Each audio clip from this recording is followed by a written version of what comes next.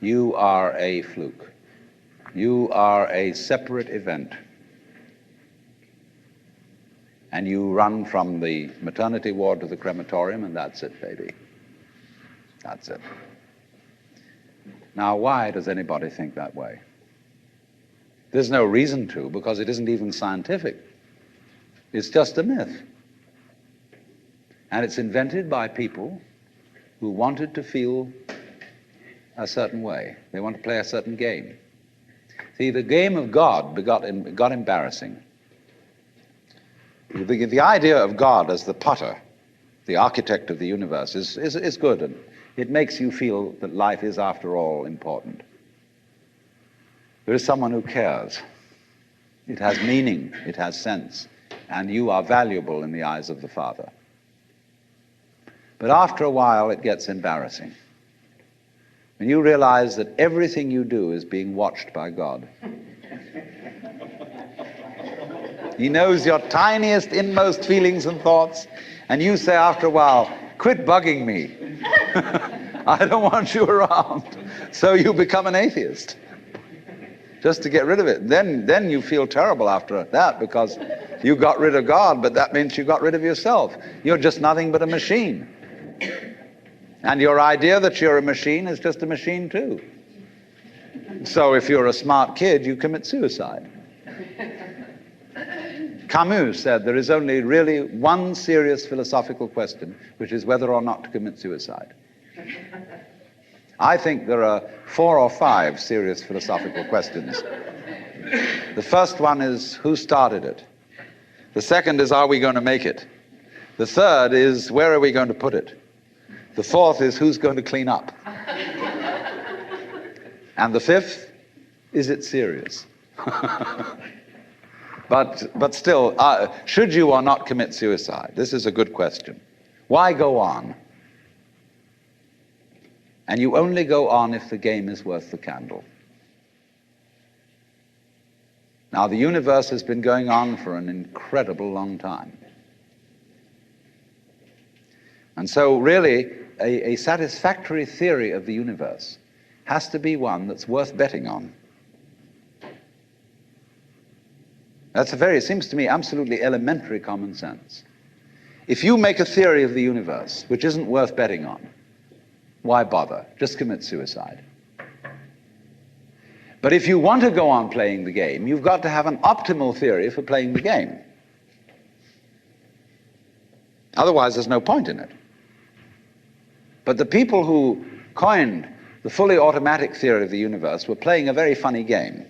What they wanted to say was this: all you people who believe in religion are old ladies and wishful thinkers. You've got a big daddy up there and you want a comfort and thing, but life is rough. Life is tough. And success goes to the most hard-headed people. That was a very convenient theory when the European American world was colonizing the natives everywhere else. They said, we are the end product of evolution, and we're tough. See, I'm a big, strong guy because I face facts, and life is just a bunch of junk, and I'm going to impose my will on it and turn it into something else, you see. And I'm real hard. See, that's a way of flattering yourself. And so it has become academically plausible and fashionable that this is the way the world works. In academic circles, no other theory of the world than the fully automatic model is respectable. Because if you're an academic person, you've got to be an intellectually tough person. You've got to be prickly. See, there are basically 2 kinds of philosophy. One's called prickles, the other's called goo. And prickly people are precise, rigorous, logical. They like everything chopped up and clear. Goo people like it vague. For example, in physics, prickly people believe that the ultimate constituents of matter are particles. Goo people believe it's waves. And in philosophy, prickly people are logical positivists and goo people are idealists. And they're always arguing with each other. But what they don't realize is that neither one can take his position without the other person. Because you wouldn't know you advocated prickles unless there was somebody else advocating goo. You wouldn't know what a prickle was unless you knew what goo was. Because life is not either prickles or goo, it's gooey prickles and prickly goo. And they go together like back and front, male and female. And that's the answer to philosophy. See, I'm a philosopher, and I'm not going to argue very much, because if you don't argue with me, I don't know what I think. So if we argue, I say thank you, because owing to the courtesy of your taking a different point of view, I understand what I mean, so I can't get rid of you. But however, you see, this whole idea that the universe is just nothing at all but unintelligent force playing around and not even enjoying it is a put-down theory of the world. People who had an advantage to make, a game to play, by putting it down and making out that because they put the world down, they were a superior kind of people.